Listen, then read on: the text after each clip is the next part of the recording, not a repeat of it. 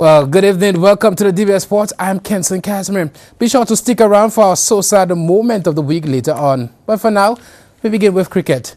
Goodman Warriors, led by a superb unbeaten half-century from captain Jad Goodman, completed a well-earned 4-wicket victory over Melius Challengers as the Groseley domestic 50-over cricket tournament, sponsored by the district representative Honorable Leonard Spider-Man Chooch, continued. On Thursday, May 3rd, at the Groseley playing field, Goodman Warriors, replying to Melius Challengers, their total of 193, found themselves stuttering at 34 for 4 before skipper Jad the Boss Goodman and Charles Sipal, who shared in the 5th wicket partnership of 122, rescued their team, carrying the score to 156 before Sipal was dismissed. Now, he made an even 50, which comprised of 5 fours and 3 sixes in just 47 balls. National under-19 batsman Jad Goodman batted throughout the innings, finishing on a magnificent 98 not out, just 2 runs short of a well-deserved century. His innings comprised of 9 fours and 5 sixes in 91 balls. The other not-out batsman was Denzel James on 3, when the innings closed on 194 for 6 in 31.5 overs. Bowling for Melius Challengers, Alex Antoine had 2 for 12 in 7 overs, Royce Paul 2 for 27 in 2.5 overs, and Dylan John 2 for 37 in 8 overs. Goodman Warriors, they won by 4 wickets. Well, the next match in the tournament is scheduled for Sunday, May 6th from 12 noon, when Polius Knight Riders, they come up against Edward Blasters in a day-night match at the Groseley playing field. Well, the St. Lucia National Cricket Association, in collaboration with Cricket West Indies, will be hosting a foundation course for cricket coaches on Monday 7th May and Tuesday 8th May 2018. The 2-day course will be held at the Darren Sammy Cricket Grounds from 9 a.m. to 3:30 p.m. and facilitated by Cricket Development Officers and CWI tutors Ian Allen and our very own Brian Calix. Some of the topics to be covered include introduction to coaching, how children learn, safety, motivation, play, fun, enjoyment and inclusion, and group coaching and skills development. Well, 25 participants comprising community coaches, local WIPA members and teachers have confirmed participation. Now, this is the 3rd straight course in the last 3 years. Well, the quarterfinals of the St. Lucia National Cricket Association Under-19 Cup will be played this Saturday. Groseley, they come up against Viewfort at Groseley. Central Castries, they play Monrepo at Monrepo. Choiseul, they come up against South Castries at the MPP. Soufrière, they play Barbono at Soufrière. Well, the matches, they commence at 10 a.m.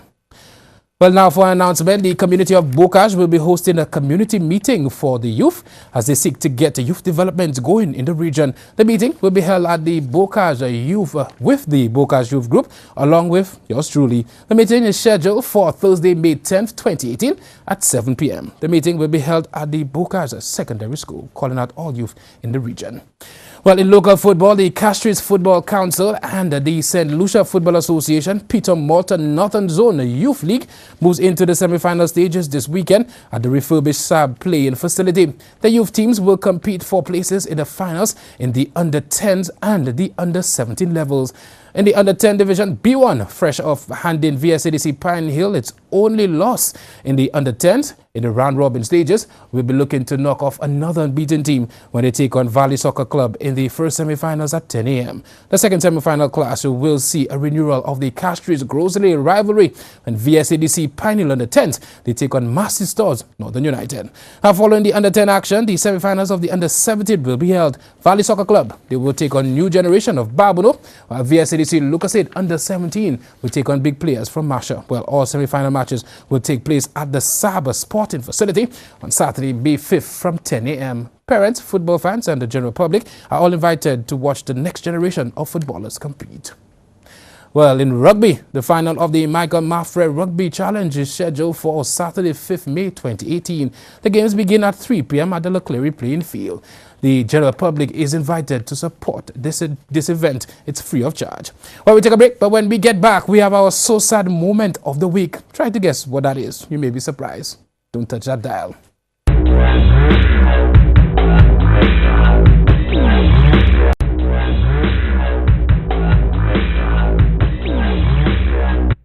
Welcome back. Thank you for staying tuned. Well, fast bowling legend Courtney Walsh believes West Indies still need enhancement in key areas if they are to become serious contenders with next year's Cricket World Cup in England on the horizon. The Jamaican, currently the interim coach of Bangladesh, identified competitiveness and consistency as the issues with the side, noting that they needed some fine-tuning if they were to improve. I think consistency is the key. When I followed the games in the World Cup qualifiers, I think we were up and down and a little bit inconsistent, Walsh said. Well, West Indies secured their berth in the 10-team World Cup from May 30th to July 14th after finishing in the top 2 of the qualifiers in Zimbabwe last March. Well, the West Indies have also struggled in the longest format, where they are now ranked 9th, and I see 9th in the world, an all-time low following another difficult campaign last year. Meanwhile, Johnny Graves, CEO of West Indies Cricket, has made it clear there will be no test return for Trinidad and Tobago's Darren Bravo in 2018. Bravo, 29, has not played for the regional side since his infamous Twitter rant against CWI President Dave Cameron in November 2016. Well, both parties have mended their fences, but Bravo is yet to make his return to the West Indies colours. Graves, in a telephone interview on Tuesday, said the talented batsman will not feature in the upcoming home test series against Sri Lanka in June or the 2 tests of rubber with Bangladesh immediately after. He's going to struggle to get straight back in the side, so that probably rules him out of the summer tours. Well, he also said, I don't think having not played any cricket in the longest format for so long and just playing T20s, you can just walk back on a test team and expect to perform, Graves said. Well, Graves did leave a door open for Bravo, however, indicating he could be eligible for the West Indies A team and work his way back from there. He explained that he himself and the director of cricket, Jimmy Adams, will make one last approach to Bravo to determine where he stands on playing cricket for the West Indies again. Wow, drama. Well, the Boston Celtics held Ben Simmons to the worst scoring performance of his career. Take a look. The three-point line, first time he touched it. Well, notice who he's guarding here. Bellinelli as Tatum lost the handle. Brown runs it down. Oh, that hamstring's okay. A-okay.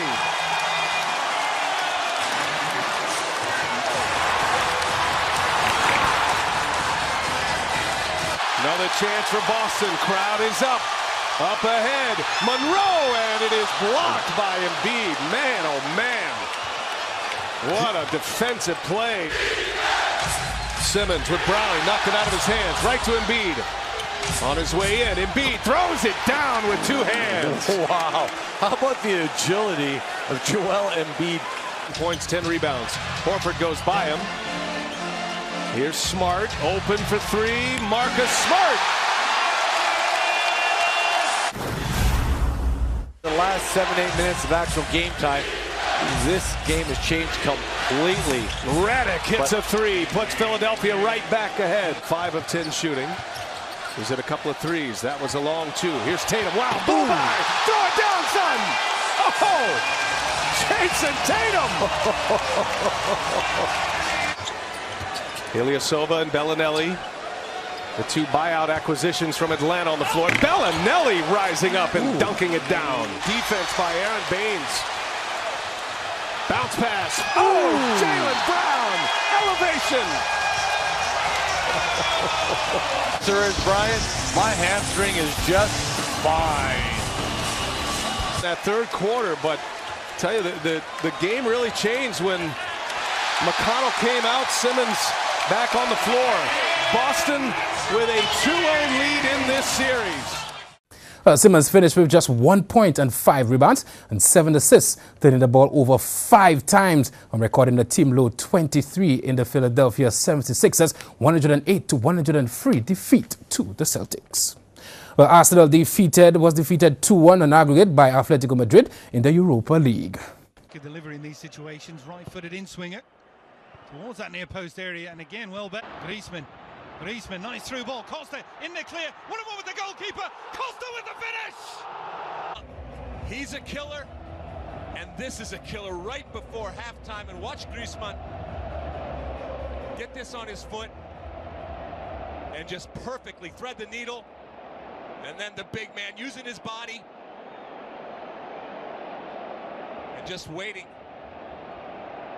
for Ospina to come out, just lifts it over him. Wow, an end of a long career. This takes me to my so sad moment of the week. Arsene Wenger will not be leaving Arsenal with any silverware after the defeat against Atletico Madrid yesterday. Now, we all know that I'm an Arsenal fan, but does he deserve to leave with silverware? Hell no.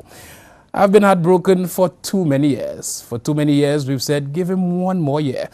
Oh, we won the Carling Cup. And oh, we won the FA Cup. And oh, we were undefeated.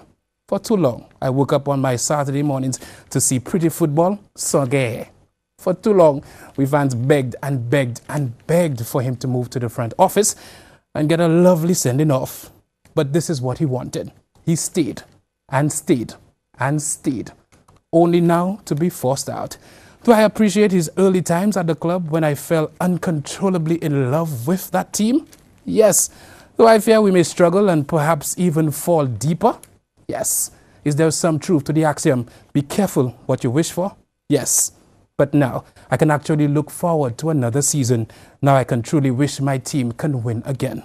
But for Wenger to go out 6th in the league and without silverware, with the team absolutely broken, to leave the club at the end of this season like this, to be pushed out of football into the sunset on a low, must be sad.